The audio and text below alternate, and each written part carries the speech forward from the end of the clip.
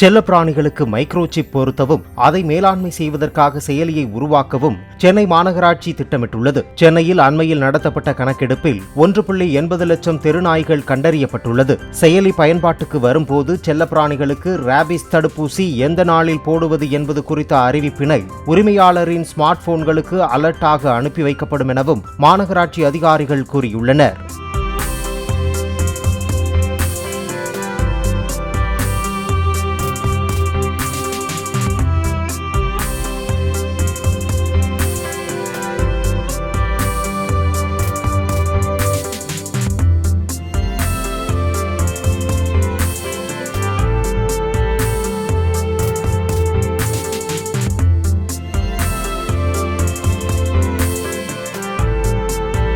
Play store மற்றும் app ஸ்டோரில் இருந்து பாலிமர் செயலியை QR கோடு மூலம் பதிவிறக்கம் செய்யுங்கள். செய்திகளை உடனுக்குடன் பெறுங்கள்.